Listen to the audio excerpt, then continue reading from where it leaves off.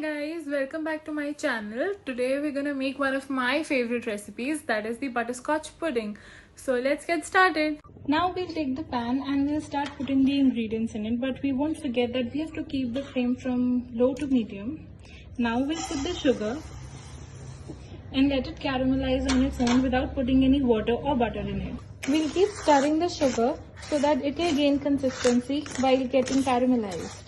As sugar is getting caramelized, we'll take 8 pieces of bread. I preferably chose white bread, but you can choose any bread you want. We have to take each bread piece and cut the sides of the bread. We have to constantly see that we are stirring the sugar so that it does not stick, and after a few minutes your sugar will start looking like this. This is how the sugar will look like once it starts melting. We can see that our sugar has completely melted down. Now we'll add 1 pinch of baking soda or meetha soda, whatever you say in your language. And we'll stir the baking soda. After that, we'll add 1 tablespoon of butter in it. After putting the butter, we'll stir it. We'll stir it very nicely. If you don't have Amul butter, you can add ghee to it, but Amul butter will give you a better taste if you add the butter in it. After mixing the butter well, we'll turn off the flame as we can see that our butterscotch syrup is ready. Cutting the sides of the bread will somewhat look like this. Now we'll take parchment paper or butter paper, which one is available. Spread some peanuts in it. Spreading the peanuts, we'll take 3 to 4 tablespoons of our butterscotch syrup and spread it on it.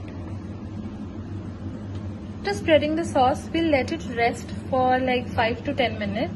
After a few minutes of keeping it at room temperature, it will look somewhat like this and it will be easy to break.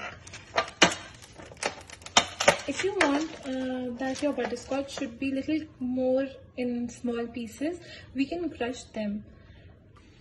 For crushing them, we'll need to put it in a mixie, or you can either use a polythene bag and use the rolling pin to break it, but if you put in a mixie, it will give you a nice texture than the rolling pin. After crushing it in the mixie, it will look somewhat like this. And then to our leftover butterscotch sauce, we'll add 3/4 cup of malai or fresh cream.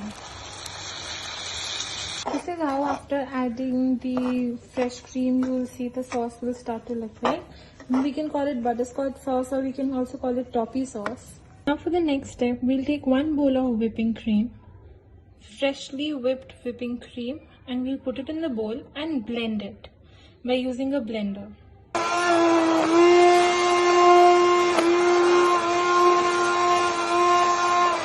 After whipping the cream, we'll add toffee sauce in it and a bit of the crumbles we have done.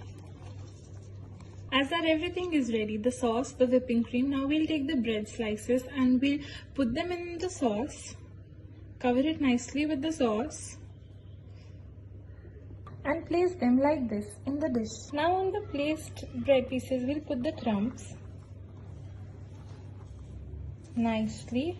Then we'll add a layer of whipping cream. After the last layer of the whipped cream, we added another 3 bread pieces covered with the toffee sauce. Now we'll follow the next procedure of again covering it with the butterscotch crumbs. It looks so nice and yummy. After covering it with the butterscotch crumbs, and now we'll again add the whipped cream layer in it. After putting the last layer of the whipped cream, we'll garnish our pudding with butterscotch crumbs on it, and we'll put in the fridge for like 1 hour or 1.5 hours so that it gets freezed. And your butterscotch pudding is ready. Enjoy!